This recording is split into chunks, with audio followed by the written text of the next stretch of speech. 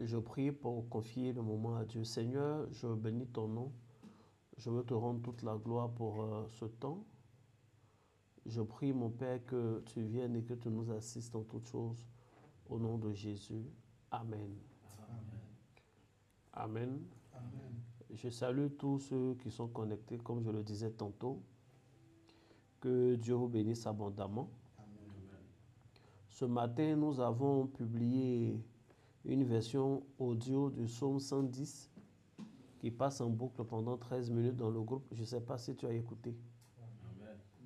Voilà, ça a été mis très tôt le matin. C'est bien lu. La musique qui accompagne, c'est bien fait. Et c'est très expressif. Je l'ai écouté en boucle. J'ai prié avec le matin ici. Après, en haut, quand je suis sorti un peu d'ABC, dans la voiture, j'ai joué. Je suis allé jouer le psaume chez moi également à la maison. Vous voyez, ça apporte de très bonnes ondes. Si quelqu'un n'a pas eu l'occasion d'écouter, après, Amen, c'est téléchargeable, tu peux télécharger, écouter en boucle. C'est le psaume avec lequel nous prions. C'est le psaume avec lequel nous prions. C'est lu et ça fait du bien. Que Dieu vous bénisse abondamment. Amen. Que Dieu bénisse tout réveil des héros. Que Dieu bénisse vous qui êtes ici aussi. Amen. Et que sa main soit sur votre vie. On a déjà prié pour confier le moment à Dieu. Nous allons parler maintenant. Le thème qui nous réunit en ce jour, c'est l'homme fort versus le plus fort. Vous avez vu, il y a un VS dans le thème. Je ne sais pas si on a mis l'affiche dans le groupe. VS, ça veut dire versus. Amen.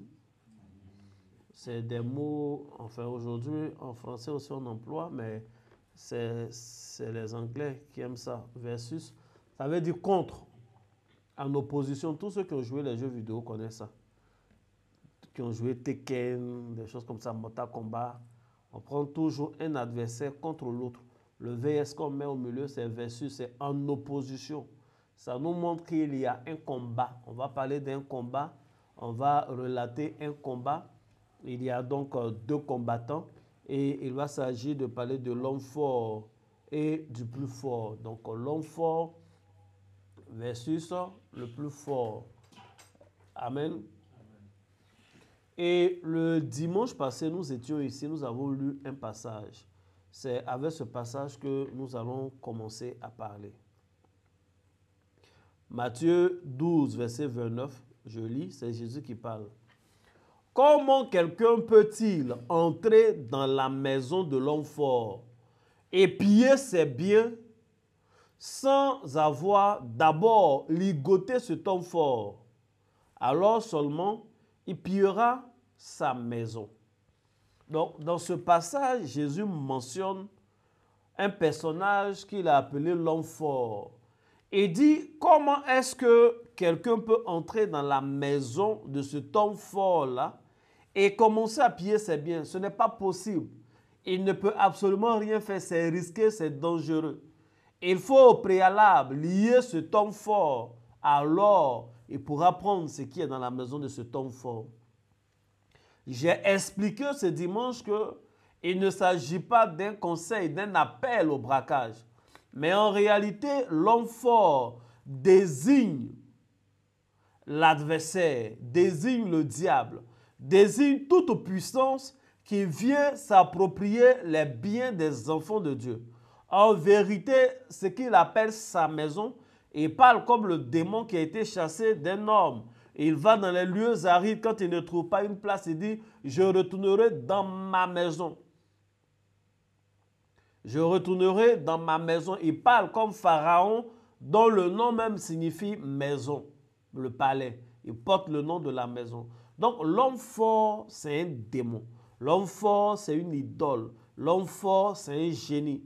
L'homme fort, c'est un esprit de famille. L'homme fort, c'est toutes ces choses-là qui ont pour objectif de piller les enfants de Dieu et de s'approprier leurs biens, d'accaparer ce qui nous appartient. Voici l'homme fort. Et Jésus dit, cet homme fort-là, ce que nous devons faire, c'est de le ligoter. Si tu vises tes biens, si tu veux récupérer ce qui t'a été volé, à un moment donné, il ne faudrait pas que tu aies le regard seulement sur les biens que tu veux récupérer. Si tu veux récupérer ton foyer, si tu veux récupérer ton voyage, si tu veux récupérer ta carrière, si tu veux récupérer ton ministère, si tu veux récupérer ta bonne vie sociale, si tu veux récupérer tes biens, à un moment donné, détourne un peu le regard de ces choses et va en profondeur, j'allais dire. Il faut chercher la cause, la source. En fait, ces choses-là ne sont pas là ici.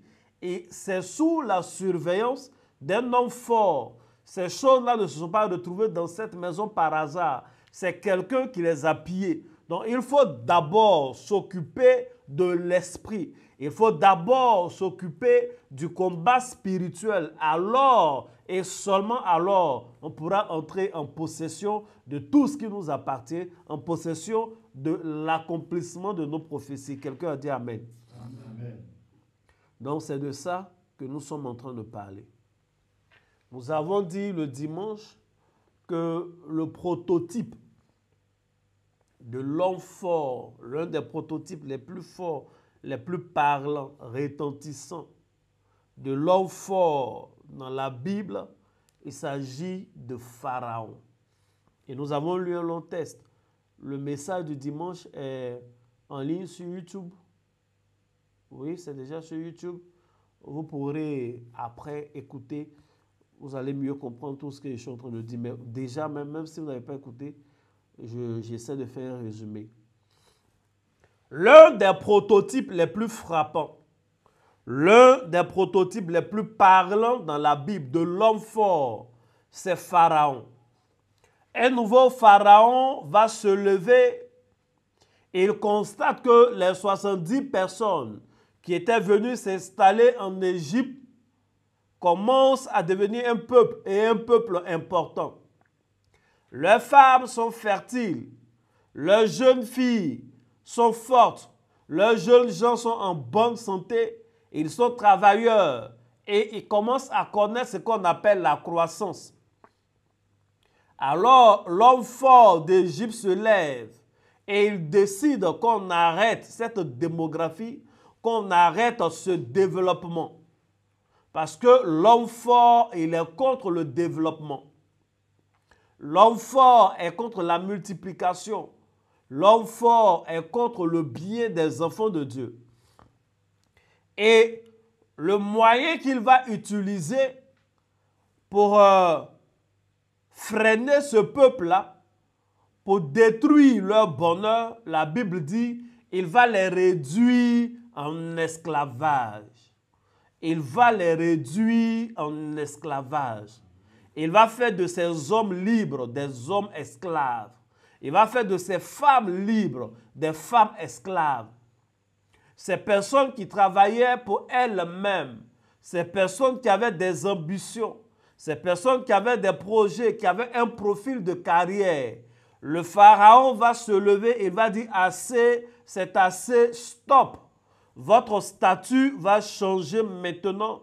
Vous serez des esclaves. Il va établir un chef de corvée et on va réduire le peuple à l'esclavage. Si vous avez remarqué, nous avons partagé des images avant de commencer. On revient à nos images. La première image qui a été publiée dans le groupe aujourd'hui, on voit des personnes, un certain nombre de personnes, je crois 8 personnes qui sont arrêtées, qui sont, en tout cas, on voit clairement un qui est devant et qui est enchaîné. Il y a un autre qui tient le bout de la chaîne. La question, c'est qu'est-ce que cette image vous inspire? La première réponse dit c'est l'esclavagisme. L'autre Animel a dit, cette image inspire l'esclavage, la domination, mais aussi la trahison, parce que il y a un frère noir qui tient la chaîne.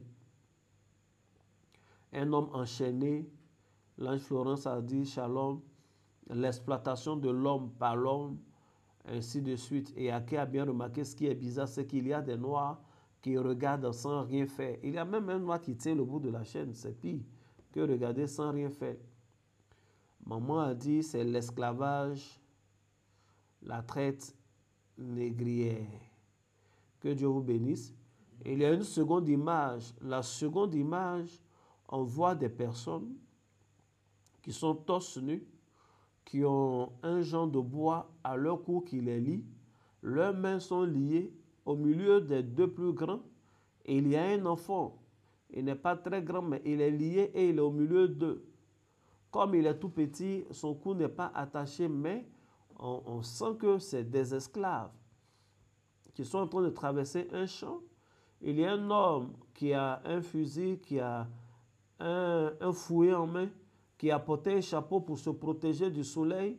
Mais en fait, les esclaves là sont exposés au soleil et ils sont sans vêtements. Ça, c'est la seconde image. Et tout le monde a dit que ça fait penser vraiment à l'esclavage, que ce sont des esclaves dans un champ de canne à sucre, ainsi de suite.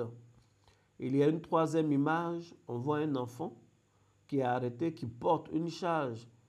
Et en même temps qu'il porte la charge, il est enchaîné. Il y a une chaîne qui quitte depuis le pied jusqu'à la charge qu'il porte. Et il est là, il est arrêté, il est torse nu, il est en haillons pour les vêtements du bas et il est pieds nus. Il est un peu pensif et perdu, le doigt au menton. La même question est posée et maman a dit que ça fait penser aux travaux forcés. Il s'agit ici de l'esclavage des enfants. Papa Kissi avait parlé aussi de traite négrière pour la première image. Ainsi de suite, c'est les images. Atika a dit un enfant esclave enchaîné avec un poids qui pèse sur sa tête. Et en d'autres termes, nous les enfants de Dieu, nous sommes enchaînés de la tête aux pieds. Voilà, ça, elle fait de l'interprétation. Et elle avait décrit bien avant de faire l'interprétation. Voici les premières images qui ont été postées. Et toutes ces images-là nous ont fait penser à l'esclavage. Nous, les Noirs, on a beaucoup étudié l'esclavage à l'école. On a des parents qui, de génération en génération, nous en ont parlé. On est très à l'aise quand on prêche sur ça, on comprend. À l'aise à comprendre, pas à l'aise à supporter. J'ai mis ces images afin que nous ayons un visuel sur ce qui est arrivé au peuple d'Israël. Vous vous rendez compte que ce peuple d'Israël était en Égypte. Leur frère, par sa science, par son intelligence, en étant premier ministre, avait sauvé ce royaume-là. Il les avait sauvés de la famine. Il les avait sauvés du même sort que les royaumes environnants avaient subi. Non seulement il les a sauvés de la famine, mais par son intelligence, par sa gestion, il avait enrichi l'Égypte. Il leur a fait du bien. Et ses frères sont venus. Et ses frères ont commencé à se développer, à connaître une croissance. L'homme fort s'est levé, il a dit non, vous devez avoir un statut nouveau. Désormais, arrêtez de rêver, il n'y aura pas de profil de carrière pour vous. Il n'y aura pas de salaire pour vous. Il est contre leur croissance. Et la chose, le système qu'il met en place pour freiner cette croissance, lui, l'homme fort, quand il se lève, il impose l'esclavage. Et c'est l'esclavage que nous venons de voir en image. L'esclavage a plusieurs acteurs, mais a les mêmes victimes. Il faut bien dire Amen. Amen. Voici ce dont nous sommes en train de parler. Donc, lorsqu'il y a un homme fort dans une famille, lorsqu'il y a un homme fort dans la vie d'une personne, cet homme fort-là, ce mauvais esprit, impose l'esclavage. L'un des premiers aspects, des premières caractéristiques de l'esclavage, dans l'esclavage, il y a une dépendance totale de l'esclave vis-à-vis de son maître. C'est le maître qui décide de son sort. C'est le maître qui décide de ce qu'il doit avoir, de ce qu'il ne doit pas avoir. L'esclave est par définition exempté de toute liberté. Il est totalement soumis à un maître. Il y a des familles où il y a un esprit. Il y a des familles où il y a un sorcier, un homme fort. Il y a des vies de gens où il y a un sorcier, un homme fort. C'est lui qui décide de tout ce qui peut arriver dans la famille. Tout dépend de lui. Les succès doivent dépendre de lui. Les enfantements doivent dépendre de lui. L'accouchement des femmes doit dépendre de lui. La bonne saison doit dépendre de lui. Les récoltes doivent dépendre de lui. Les concours qui marchent dans la famille doivent dépendre de lui. Et en général, c'est des esprits méchants. C'est des esprits méchants qui exploitent l'homme, qui exploitent ses familles. Et il souvent les oblige à l'adorer. Il les oblige à sacrifier des choses, même leurs enfants, à sacrifier leurs biens, parce que tout doit passer par lui. Le maître de l'esclave s'établit comme un seigneur dans la vie des gens. C'est pourquoi vous verrez, il y a des familles où tous les membres de la famille ont les mêmes symptômes de vie. Ils vont tous à l'école, ils ont des diplômes, mais ils ne travaillent pas. Ou alors, chez les femmes, ça va, elles travaillent, mais elles n'ont pas de mariage. Ou alors, il y a l'enfantement, mais il n'y a pas un mariage sérieux. Elles sont dans des relations, c'est bizarre. En fait, c'est les mêmes symptômes de vie. Les choses commencent différemment, mais on sait tous comment ça va se terminer. Et il y a des familles, tant que c'est gars égaux, ça passe. Tant que c'est des copinages, ça va aller. Mais une fois qu'on commence à parler sérieusement de dot, on commence à parler sérieusement de mariage, la chose ne va pas évoluer parce que l'homme fort a décidé que ça, ce n'est pas autorisé. Voici l'homme fort. Voici son système d'esclavage. Premier système, il établit la dépendance. Vous lirez Exode 21 et Lévitique 25 pour voir les conditions de l'esclave. Un esclave n'est pas libre. Cet enfant qu'on a vu là, il n'a pas envie de charger, comment on appelle, ce bout de terre là. Il n'a pas envie d'avoir des pieds enchaînés. Ces deux hommes qu'on a vus qui traînaient, ils n'ont pas envie. Ils n'ont pas envie de travailler dans un champ de canne à sucre. Mais comme ils dépendent de leur maître, c'est ce sort-là que le maître leur a réservé. Peut-être ils viennent des villages où ils étaient pêcheurs. On les a pris en Afrique. Dans leur village où ils étaient pêcheurs, on a fait d'eux des cultivateurs de canne à sucre, des choses qu'ils ne connaissaient pas. Le second aspect, c'est qu'un esclave, il travaille. L'esclave n'est pas un homme qui est en train de se reposer. Non, non, non, ce n'est pas ça le sort de l'esclave. L'esclave fait les travaux les plus pénibles. L'esclave, on a vu comment pendant la traite négrière, nos parents portaient des barres de fer lourdes. Des barres de fer lourdes pour construire le chemin de fer. Le chemin de fer qui allait servir au pillage du même continent. C'est-à-dire, on les prend et porte des barres de fer lourdes pour faire un chemin de fer. Ils vont aller creuser eux-mêmes avec des pioches pour exploiter l'or, mettre dans les trains et ce train-là prend l'or pour aller. En fait, l'esclave, il fait des travaux pénibles. Dans l'histoire que nous avons vue, le peuple d'Israël faisait des travaux de construction. Sauf que ce qu'ils construisaient, ce n'était pas leur ville. Sauf que ce qu'ils construisaient, ce n'était pas leur maison. L'esclave, c'est ça, passer toute sa vie à conduire les autres. Jamais on ne va le conduire. Passer toute sa vie à conduire les autres, mais lui n'est jamais véhiculé. Passer toute sa vie à travailler pour les autres, à être chauffeur des autres, mais jamais il n'a eu lui-même son propre véhicule pour dire c'est vrai, j'ai fait le taxi pendant longtemps, aujourd'hui j'ai moi-même mon propre taxi. Non. Le plan normal, quand quelqu'un commence un métier, c'est qu'il peut commencer petit, c'est autorisé, mais il doit évoluer. Mais s'il y a un homme fort dans ta famille, s'il y a un homme fort dans ta vie, tu ne peux pas évoluer. Il y a des familles où le petit frère, le grand frère était chauffeur. Le petit frère était chauffeur. Les cousins ont été chauffeurs. Aujourd'hui, tous sont en train de prendre de l'âge. Mais quand tu vas dans la famille, tu demandes lequel a une compagnie de transport. Pourquoi la famille entière n'a pas une compagnie de transport? En fait, ils n'en ont pas. Un seul n'a même pas un véhicule. Tous les véhicules qu'ils ont essayé d'acheter sont gâtés, ont fait des accidents. En fait, l'homme fort leur interdit ça, d'être propriétaire, de bénéficier de ça. Non, non, non, ça c'est interdit. Et ils doivent travailler pour les autres toute leur vie. Ça doit être difficile.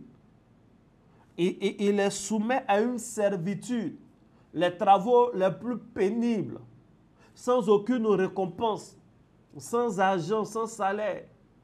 Il y a des gens qui travaillent, quand tu fais le calcul, ce qu'on te donne en réalité, c'est juste pour survivre. C'est pour ne pas que tu meurs en route, pour que tu continues de travailler pour leur entreprise. Tu peux commencer comme ça pour une certaine expérience. Tu peux commencer comme ça, mais ce n'est pas normal que tu t'éternises là. À un moment donné, il faut te rendre compte qu'il y a un homme fort dans ta famille, il y a un homme fort dans ta vie qui te fatigue. Il y a des femmes, l'homme fort interdit le mariage. Ça veut dire, toi, tu rentres dans la vie des jeunes gens, tu es dans sa vie, tu l'encourages, oui, il faut passer un concours, il faut faire comme ça, tu as lavé, habillé jusqu'à toutes tes peaux sont devenues blanches. Dès que le concours marche, on te jette, on prend une autre. Pourquoi?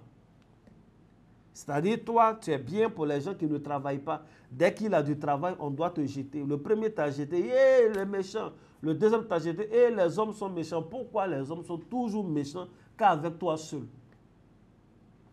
C'est de ça qu'il est question. C'est de ça qu'il est question. Il faut dire je refuse. Je refuse. Il faut dire je refuse. Je refuse. La troisième chose, c'est pratiquement pareil. L'esclave doit obéissance et soumission à son maître. La Bible dit esclave, obéissez à vos maîtres. En fait, c'est la loi. Quand tu es esclave, tu dois obéir. Est-ce que quelqu'un commence à être révolté? Amen. Ça veut dire, vous avez vu la dernière image? Dans la dernière image, sur cette image-là, on voit un homme qui est grand et qui a des fils au niveau des doigts et tout le monde est petit au devant de lui. Il ressemble à quelqu'un qui tire les cordes de marionnettes. C'est l'image de l'homme fort pour certaines générations, pour certaines personnes, pour certaines vies, pour certaines familles. Un homme est là, un esprit est là, un génie est là et il manipule la vie. C'est lui qui tire un poilet devant et tire l'autre poilet derrière. Il fait monter un, il fait descendre deux. Et il retourne le dos des gens pour que la famille, les gens soient, comme on appelle, opposés, qui ne se parlent pas, qui ne s'aiment pas. Et tu es un enfant ici et donne une grossesse à une autre femme ici, la grossesse va se passer mal. En fait, il est là, il manipule la famille et puis il rit. Il manipule la famille.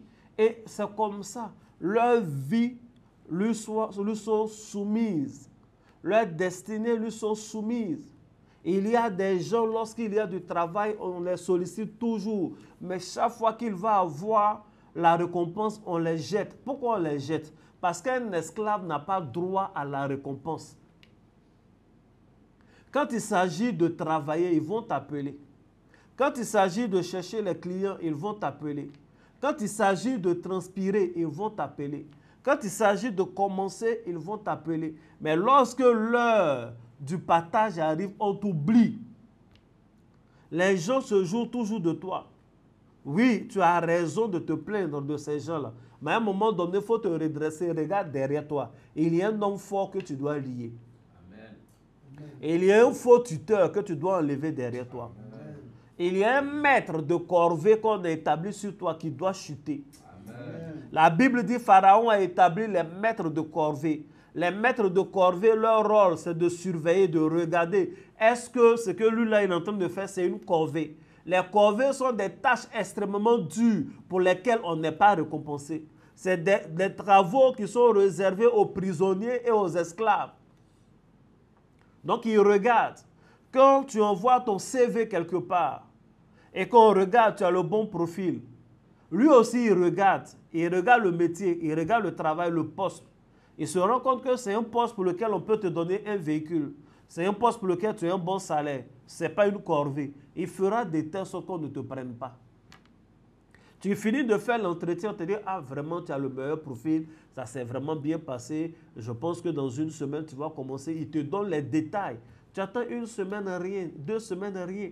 Souvent même, tu essaies d'envoyer un mail là-bas, on te dit, ah oui, il y a quelqu'un qui a commencé le lendemain. Quand tu es venu, le lendemain, un autre est venu. Il n'a pas trop le niveau, mais on va le tester. Petit à petit, on va le former. C'est quoi? C'est ainsi parce qu'il y a un maître de corvée qui est établi sur toi. Si c'est les petits métiers, les petits trucs pour se débrouiller un peu, qui ressemblent à des corvées, il permet. Ah d'accord, il va aller pousser brouette. Il peut pousser, Qu'est-ce qu'il va faire? Il va jouer interclasse, il peut jouer. Il va jouer intervillage, il peut jouer.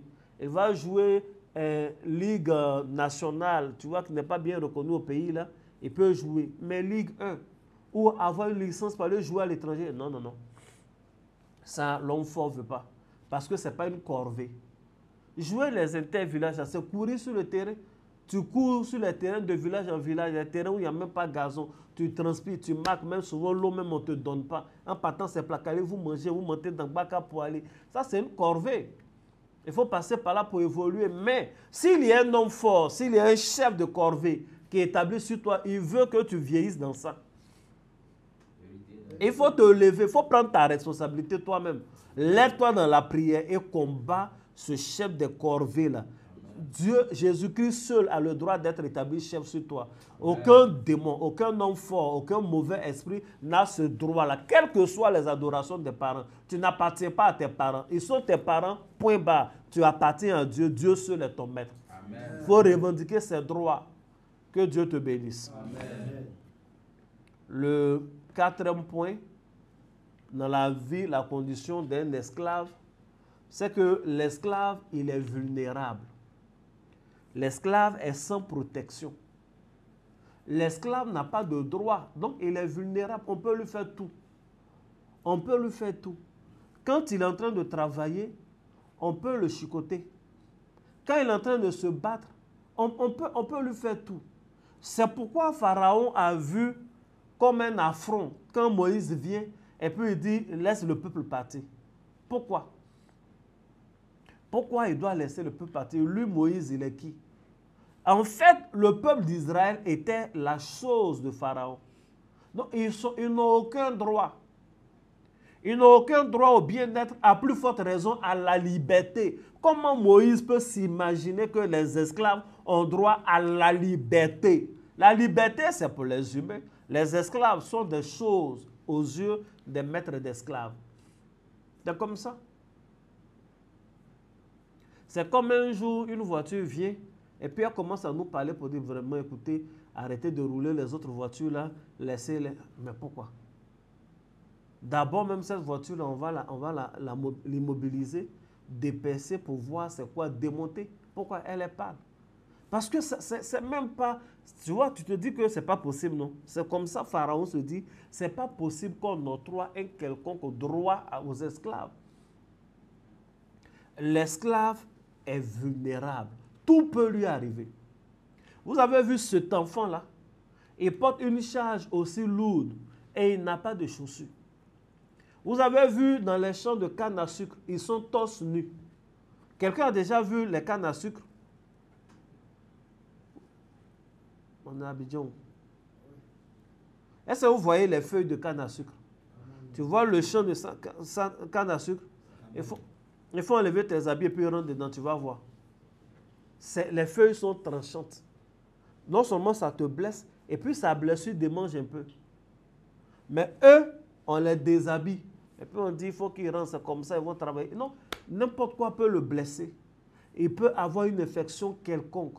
Un serpent peut le piquer, il peut marcher sur des épines. Tout peut lui arriver, mais on s'en fout. L'esclave n'a pas de protection. Les gens qui sont sous la domination d'un homme fort, les gens, les familles qui sont sous la domination d'un homme fort, tout peut leur arriver. N'importe quel malheur arrive dans cette famille-là. Mort en accouchant, ça arrive. Mort par accident, ça arrive. Mort par noyade, ça arrive. Des blessures graves par accident, ça arrive. Les maladies bizarres, ça arrive. Celui-là se lève, il a mal aux yeux. L'autre se lève, il a mal aux pieds. Un autre se lève, le foie a grossi. En fait, tout peut leur arriver. La famille là, est bizarre. Celui-là se lève, son champ brûle. L'autre se lève, il est, comment on appelle, radié. Un autre se lève, on ne peut pas comment on appelle, on ne peut pas l'employer. En fait, quand un pharaon gouverne, n'importe quoi peut arriver aux gens là. On peut tout te faire. On peut tout te faire. Il n'y a aucune protection, rien ne les protège. Un esclave dont le maître qui est un maître qui est dur, l'esclave peut aller se plaindre où? Il peut aller se plaindre à qui? Il va dire quoi? Non, mon maître m'a arraché la petite portion de terre que je pensais être pour moi. L'esclave n'a pas droit à la propriété. L'esclave n'a pas droit à la propriété. Même ses enfants appartiennent à son maître. Même ses enfants appartiennent à son maître. Quand le maître les laisse faire des enfants, en fait, il a dans sa conception, il voit un troupeau. Donc, il laisse les esclaves faire des enfants. Les enfants là naissent esclaves. Sûrement, c'est dans ces conditions-là qu'on a vu ce petit qui est esclave. Il y a des gens qui sont nés dans les familles. La famille était déjà sous l'emprise d'un homme fort. C'est ce qui fait que tu as ce sort-là. Toi-même, tu ne t'es jamais levé pour aller adorer quelque chose. Tu ne t'es jamais levé. Souvent, tu te dis, mais est-ce que moi, j'ai frappé à l'église ou bien? Un Ivoirien a compris ce qu'il voulait dire. J'ai frappé à l'église. Non, tu n'as pas frappé à l'église. Mais les parents qui t'ont mis au monde sont esclaves. Non, tu es né esclave sous la domination d'un esprit des eaux, sous la domination d'un esprit de montagne, sous la domination d'un esprit de forêt. Et c'est ça qui est le problème. Il y a des gens qui sont nés, dès le jour qu'ils sont nés, leur destinée est liée à un arbre dans une forêt quelque part.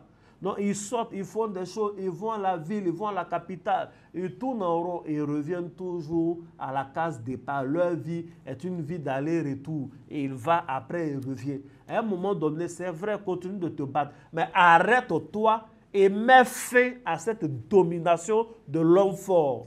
Amen. Ça n'a pas commencé par toi, mais ça peut s'arrêter à partir de toi. Oh yes. Ce n'est pas rentrer dans la famille à partir de toi, mais ça peut sortir de la famille à partir de toi. Amen. Et au nom de Jésus, c'est possible. Amen. Que Dieu te bénisse. Amen. Que la main de Dieu soit sur ta vie. Amen. Dans Exode chapitre 21, verset 2, que vous allez lire plus tard, dans Lévitique 25, il y a, ces versets-là parlent d'un 6e point qui concerne l'esclave. Est-ce que quelqu'un peut dire comment je veux parler? Vous savez quoi? L'esclave, dans la parole de Dieu, dans la conception de Dieu, a la possibilité de recouvrer la liberté. Amen. Il y a la possibilité pour un esclave qui a été pris. Il y a la possibilité pour quelqu'un qui est né esclave d'avoir la liberté au nom de Jésus. Amen. En Christ, il n'y a pas d'esclave. La Bible dit dans Galates 3, 28, il n'y a plus ni esclave ni libre, car tous vous êtes un en Jésus-Christ. Amen. Amen. Philémon 1, verset 16. Paul demande à Onésime d'accueillir qui? Philémon. Philémon en question, c'était un esclave. Il dit, ce n'est plus un esclave, il est en Christ, il est serviteur de Dieu. Accueille-le comme un frère. Amen. En Christ, il y a un statut nouveau. Amen. Il y a beaucoup de personnes qui disent, ils ne peuvent pas croire en Jésus-Christ. Les histoires de la Bible, eux, ils ne sont pas dans ça parce que c'est la Bible que les colons ont utilisée pour venir dominer l'Afrique. Donc la Bible est un instrument de manipulation. La Bible est la parole de Dieu. Les hommes sont ce qu'ils font. Ils sont ce qu'ils sont. Ils peuvent faire de la parole de Dieu ce qu'ils veulent. Au dernier jugement, Dieu jugera chacun. Amen. Mais je crois que c'est un argument qui ne tient pas. Et effectivement, ils ont pu utiliser la parole de Dieu pour manipuler. Mais aujourd'hui, on sait lire et on découvre la parole de Dieu. On voit très bien qu'il est écrit dans cette parole de Dieu qu'à partir de Jésus-Christ, il n'y a plus à faire d'esclaves. En Christ, nous sommes tous libres. C'est pour la liberté que Christ est venu. Amen. Donc, ils ont pris des portions parce que nous ne savions pas lire leur langue. Ils ont fait un lavage de cerveau. Et ils ont mal interprété pour dire, vous, les Noirs, vous devez être soumis aux Blancs. C'est vous qui êtes des esclaves, ainsi de suite. C'est leur manipulation simple. C'est leur manipulation simple. Il faut bien dire Amen. Amen. Ce n'est pas parce que des gens sont venus, ils ont noyé quelqu'un dans l'eau, à partir de là, l'eau va être ton totem, toi tu ne manges plus et tu ne bois plus. Ce n'est pas possible.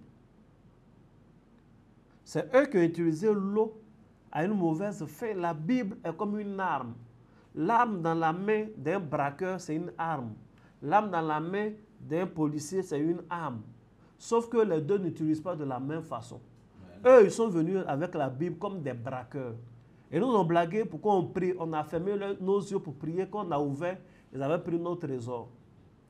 Et aujourd'hui, ils continuent de prendre, pas à cause de la Bible, mais surtout à cause de la cupidité, de la corruption. La Bible n'encourage pas la cupidité. La Bible n'encourage pas la corruption. La Bible n'encourage pas comment on appelle, la désunion. La Bible n'encourage pas la traîtrise des gens qui trahissent leur propre continent. Donc, laissez la Bible en paix. Laissez la foi en Jésus-Christ en paix. Ça n'a absolument rien à voir avec ça. Ça n'a absolument rien à voir avec ça. La Bible n'a rien à voir avec l'histoire de Comé. La Bible ne parle pas de ça. Amen. Bien au contraire. Donc, il faut croire en Jésus pour ta vie sur terre et pour le salut de ton âme. Amen. Quand on va mourir, là, ce n'est pas les colons là qui vont nous juger. Est-ce que je peux fermer la parenthèse? Amen. Que Dieu te bénisse abondamment. Amen. Et que la main de Dieu soit sur ta vie. Amen. Nous allons prier aujourd'hui. Il est 21h11. On va prier pour quelques sujets. Est-ce que la parole de Dieu t'a fait du bien? Amen. C'est pour la liberté que Christ nous a affranchis. On n'est pas esclaves. Amen. On va prier pour 2 ou 3 sujets. Et après ça, on a un moment de prière avec les pasteurs. Mais on va prier pour 2 ou 3 sujets. Avant ça, je vais lire un passage. Si elle ne lit pas le passage, ça veut dire que je n'ai pas prêché le thème. Parce que le thème, c'est l'homme fort versus le plus fort. On a beaucoup parlé de l'homme fort. Il faut qu'on parle du plus fort. Mais on ne parle pas longtemps du plus fort. Parce que quand lui, il vient, il dame le pion. Amen. Le tigre ne crie pas sa tigritude. On n'a pas besoin de beaucoup de paroles. Amen.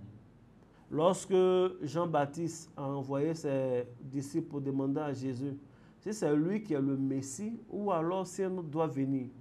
Jésus n'a pas dit oui, effectivement, c'est moi le Messie. Renseigne-toi. Marie, en fait, avait reçu la visite de l'ange. Et tu ne te souviens pas quand Marie a rendu visite à Élisabeth. Ah, mais bref, il n'a pas parlé de tout ça. Il dit, allez-y, dis à Jean-Baptiste que les aveugles voient. Amen. Les lépreux sont purs. Les boiteux marchent. En fait, la puissance a tranché la question. Amen. La puissance de Jésus tranche la question de l'homme fort. Amen. La puissance de Jésus brise l'autorité de l'esclavagiste. Amen. La puissance de Jésus renverse l'autorité des maîtres de corvée. Amen. La Bible nous dit dans Luc 11, verset 21, Jésus dit, lorsqu'un homme fort et bien armé garde sa maison, ce qu'il possède est en sûreté. Mais si un plus fort que lui survient et le vainc, il lui enlève toutes les armes dans lesquelles il se confiait et distribue ses dépouilles. Amen. Amen. Il dit l'homme fort, il peut être armé. Il peut conduire des gens dans la servitude. Il peut leur arracher leurs biens. Il peut imposer ses lois. Il peut imposer la soumission. Il peut imposer tous les principes de l'esclavage. Il peut rire aux éclats s'il veut. Il est l'homme fort. Mais si jamais il arrive un jour qu'un homme plus fort survient, alors cet homme plus fort sera maître de l'homme fort. Amen. Il le désarme. Amen. Il le ligote. Et il pille tout ce qu'il avait. Et il distribue ses dépouilles. Les choses dont il s'était approprié, ces choses lui sont arrachées. Pourquoi? Parce qu'il y a un plus fort qui s'est levé. Il y a un plus fort qui est parvenu à le vaincre. Je suis venu annoncer que le plus fort, c'est la personne de Jésus. Oh yes. Et le plus fort ne va pas survenir dans 1 an, dans 2 ans. Le plus fort est déjà là, il existe. Sa puissance a été déjà manifestée. Publiquement, il a condamné toutes les lois qui autorisaient l'esclavage. Il les a clouées en spectacle à la croix. Amen. Aucun homme n'a le droit de se dire fort dans nos vies. Aucun sorcier n'a le droit de dicter ta destinée. Si cela arrive, c'est anormal. Pendant que je parle, je déclare que le plus fort se lève dans ta vie. Le plus fort se lève dans ta vie et terrasse tout homme fort qui manipulait ta vie jusque-là. Au nom de Jésus. Amen. Le plus fort se lève et tous ceux qui se disaient les hommes forts, ils sont dispersés par 7 chemins au nom de Jésus. Amen. Tout homme fort, tout esprit des eaux qui manipulait ta santé, tout esprit des eaux qui manipulait ta santé mentale, je déclare que le plus fort se lève et cet esprit-là est anéanti au nom de Jésus. Amen. Il s'appelle Jésus. L'eau n'a pas été capable de lui résister. Amen. Par sa puissance, Moïse a fendu la mer en 2. Lui-même, par sa puissance, il a marché sur les eaux. Par sa puissance, il était dans le bateau. Quand la tempête s'est levée, il a parlé au vent, la tempête s'est calmée. L'eau ne peut rien lui faire. Je déclare que toute eau qui avait été adorée dans ta famille et qui te maintient aujourd'hui esclave et qui est en train de manipuler la vie de tes enfants, cet esprit-là aujourd'hui, il est chassé au nom de Jésus. Amen. Et tout ce qui t'avait volé est arraché, était restitué au nom de Jésus. Amen. Il est l'homme fort. Lorsqu'il se lève, les montagnes sautent. Amen. Les montagnes bondissent comme des agneaux. Les montagnes bondissent comme les cerfs. Lorsqu'il se lève, la terre tremble. Lorsqu'il parle, la terre tremble. Lorsqu'il parlait dans le livre des Odes, la terre a commencé à trembler. Les montagnes tremblent. Il a dit même, si nous avons la foi comme un grain de sénévé, nous allons dire à la montagne de se déplacer. Les montagnes ne peuvent pas être un empêchement. Les montagnes ne peuvent pas être un obstacle si le nom de l'homme le plus fort est invoqué. Je déclare maintenant que toute montagne qui a été adorée dans ta famille, que toute montagne qui est une opposition pour toi aujourd'hui, cette montagne est aplanie au nom de Jésus. Amen. La même onction, la même puissance qui marchait devant Zorobabel et qui éclatait la montagne, qui marchait devant Zorobabel et qui aplanissait le chemin, cette onction est sur toi. Cette puissance marche au-devant de toi. Amen. Et tout homme fort représenté par la montagne est écrasé au nom de Jésus. Amen. Et tout ton or et tous tes trésors qui étaient enfouis dans cette montagne, qui étaient sous cette montagne, ces choses reviennent à la surface et tu les prends au nom de Jésus. Amen. Bien-aimé, fais comme ça, dis, je les prends au nom de Jésus. Je les récupère au nom de Jésus. Je récupère ma destinée au nom de Jésus. Je récupère mes trésors au nom de Jésus. Je récupère mes trésors au nom de Jésus. Je récupère mes enfants au nom de Jésus. Je récupère mon or au nom de Jésus. Je récupère mon ministère au nom de Jésus. Je récupère mes biens matériels au nom de Jésus. Je récupère ma santé au nom de Jésus. Je récupère ma paix au nom de Jésus. Je récupère ma gloire au nom de Jésus. Je récupère. Je récupère. Je récupère. Je récupère au nom de Jésus. Est-ce qu'un enfant de Dieu peut dire 4 fois Amen? Amen. Amen. Amen. Amen. C'est ça, l'homme le plus fort. C'est lui, l'homme le plus fort. Même si les gens ont adoré des pierres, il est la pierre angulaire. Amen. Il y a des familles, il y a des villages où leur homme fort est une pierre.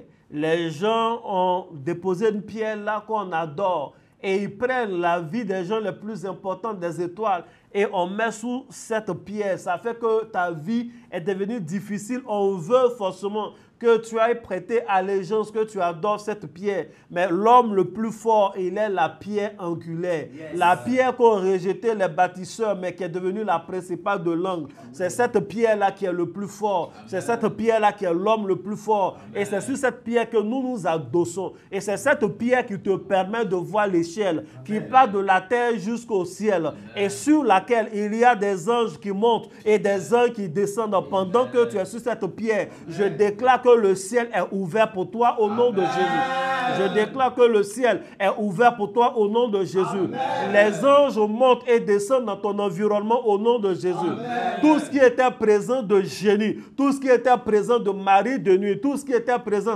de femmes de nuit, de mauvais esprits, tout cela est remplacé par la présence des anges de Dieu au nom de Jésus-Christ de Nazareth.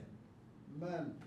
Le cercle des justes t'entoure au nom de Jésus. Amen. Le cercle des anges t'entoure au nom de Jésus. Amen. Le cercle des justes t'entoure au nom de Jésus. Amen. Dieu te prend et te met au milieu de ce cercle au nom de Jésus. Amen. Aucun démon n'a le droit de t'approcher. Aucun sorcier n'a le droit de t'approcher. Tout homme fort tombe à la renverse. Amen. Et le plus fort règne dans ta vie. Amen. Au nom de Jésus. Amen. Bien-aimé, que Dieu te bénisse. Amen. Nous allons prier pour 2 sujets. Et puis on va se retrouver 2 ou 3 sujets. On a commencé à prier comme ça. Est-ce que la prière te fait du bien? Amen. Et puis on va se retrouver le dimanche. Amen. Amen. Le dimanche, on va prier très sérieusement. On va continuer dans l'élan de l'homme fort. Bientôt, nous allons commencer notre moment de jeûne. Il faut que le chemin soit très dégagé. Amen. Et on va commencer le moment de jeûne de 21 jours. Amen. Nous allons commencer le 30, nous allons finir le 19 avril. Ça fait 21 jours. Et pendant les 21 jours, il y aura des enseignements, il y aura des prières. Le boulevard sera ouvert. La bénédiction de Dieu viendra pleinement dans nos vies. Amen. N'oubliez pas aussi de vous entretenir avec le psaume 110, comme je l'ai dit. À la fin, nous allons poser une action prophétique très forte à partir de ce psaume-là. Que Dieu te bénisse. Amen. Tu vas prier en ce jour pendant 1-2 minutes. La Bible dit dans Exode 1, verset 11, « Et l'on établit sur lui des chefs de corvée, afin de l'accabler de travaux pénibles.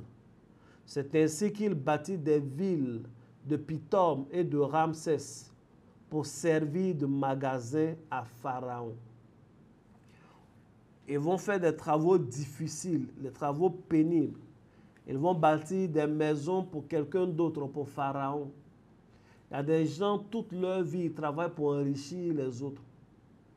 Toute leur vie, quand ils décident de faire quelque chose par eux-mêmes, ça ne prend pas. Ils travaillent pour le gouvernement, c'est une bonne chose. Mais chaque fois qu'il a un peu d'argent, qu'il veut investir pour lui-même, ça ne marche pas. Parce que si tu investis pour toi-même, ton investissement travaille pour toi. Ce n'est pas normal.